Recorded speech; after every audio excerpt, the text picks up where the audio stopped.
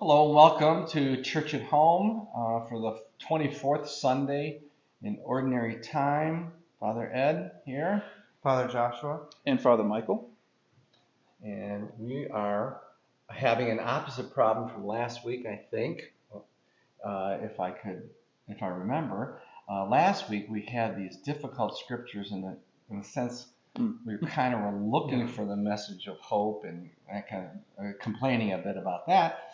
And this week we have God has provided. Yes, it's like drinking out of a fire hose. Yeah. There's so much, at least for our Christian hearts here, our priestly hearts.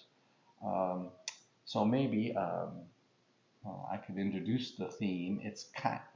We are thinking, because we have the prodigal son, we have the good shepherd finding the lost sheep, and we have the persistent woman seeking to find the lost coin.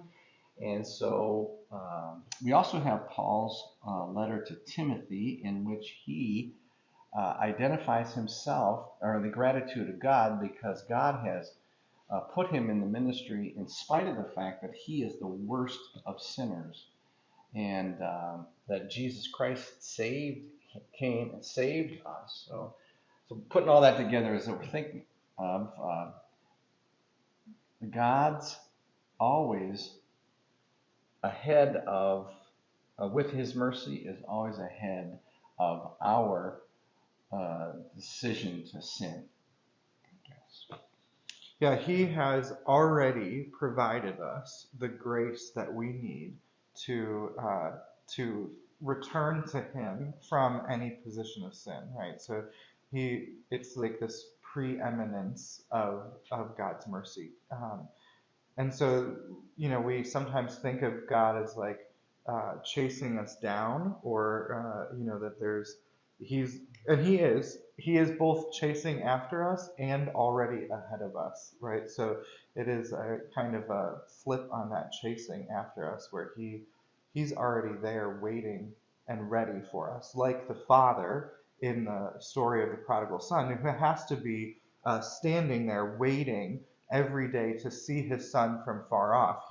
He's always at the door, longing, waiting for, and prepared to receive the son home. Almost like he knew he was going to come. Right. And I think he drives that point home when he says to the other brother, who gets angry that all this mercy is being shown, and that, well, you were always here. Everything I have was always yours. It's that point that Father Joshua was illustrating, I think, is really nailed home in the story again by what the father has to say to the other son. Right. Yeah. And this is fascinating and personally consoling, I would think, for all of us who are sinners, inasmuch as, St. Augustine, I was thinking, does anybody remember what St. Augustine said about our attempts to, that we are seeking after God? St. Augustine says, our hearts are made for you alone, and they are restless until they rest in you. Yeah. So this idea that God's grace and mercy comes before, one, our decision to love God, or our decision to turn back to God. Wasn't there a preface that says? Oh yeah, when we were lost because of our sins, isn't that how it goes? No, there's one. Even our praise is your gift, right? Oh right. Yes. Isn't there a line? Our desire to thank you is itself your gift. Mm-hmm. Yeah, right. So so I was reminded of this. So let's just get it square in our heads. So this means that God did not come down with mercy because I had sinned, but I have recognized my sin and been able to turn around because God had always been there. Right, his mercy is who he is, right? That's what we celebrated a few years ago, that year of mercy, Right. and that was the whole thing, that Jesus is mercy himself. And so if that's the case, he was always there being merciful. We just had to turn back to him. So I brought up the fact that Pope Francis, well, the first thing is the first interview that he gave after being elected Holy Father was, they said, "Who is Mario Bergoglio?" And he said, "I am a sinner." So he kind of was echoing St. Paul in the letter to Timothy today, and it says that Jesus Christ came into the world to save us sinners, of which I am the first. So that maybe was startling. But then he went on to tell why he chose his episcopal motto. You know, when a priest is made a bishop, they have to come up with a motto for their coat of arms. And so his is that then he looked at me with mercy.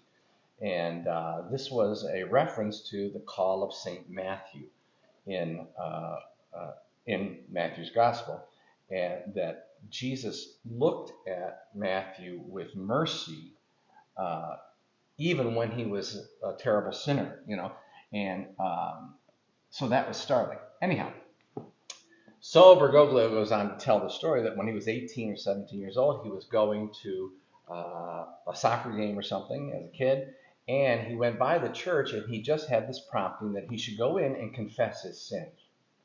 I don't know, we don't know what they were, but however, so it was a random time of day and day of the week. He ended and went in the church was open, and lo and behold, there was a priest in the confessional.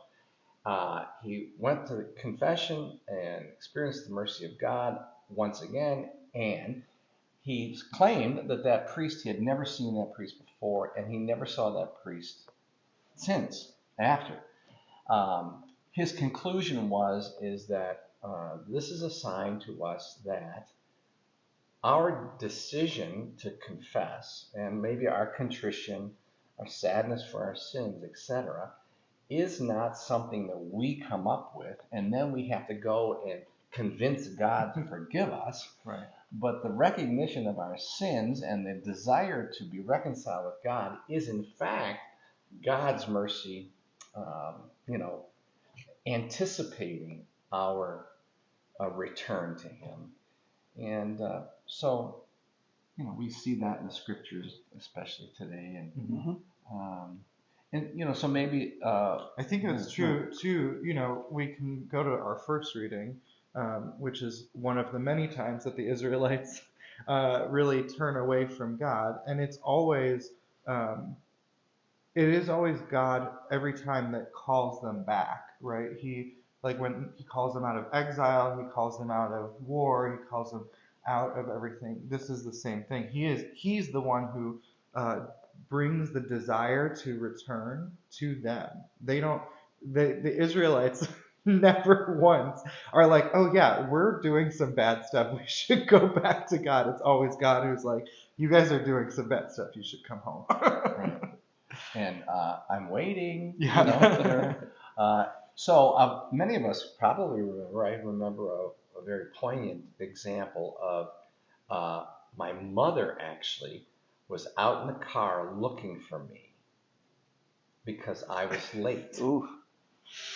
And that was very unusual for her. And when I saw her and I got in the car with her, she let me know that my father was waiting for me and that I was late. And so that was not exactly the prodigal father that we hear in the story. So I was filled with fear and terror. And what we learn, and what maybe many of you have gone to confession that way, is not anticipating and recognizing God's great mercy for you. Therefore, we come, yes, sad for our sins, but so convinced of God's mercy. That is usually not our broken human condition. We are somehow, and even in our sacrament of reconciliation, don't we? We have a penance. So you have to do your penance. We have to satisfy the rupture that we have made in our sin by the grace of properly completed penance. However, I think emotionally it can come down to the fact that, well, we are really not convinced of the prodigal father just Well, and waiting. isn't this the distinction between perfect and imperfect contrition? Maybe, yeah.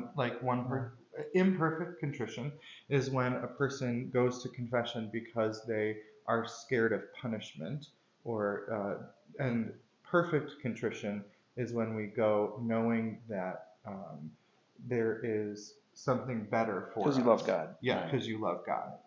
Above all things. Right. So, anyway. So maybe this is an encouragement for all of us to go to confession this week. Yeah, there you go. And for the right reason, because God's calling us, God's made it available, and in fact, He's God's already waiting there. Yep. Yeah. All right. God bless. Peace.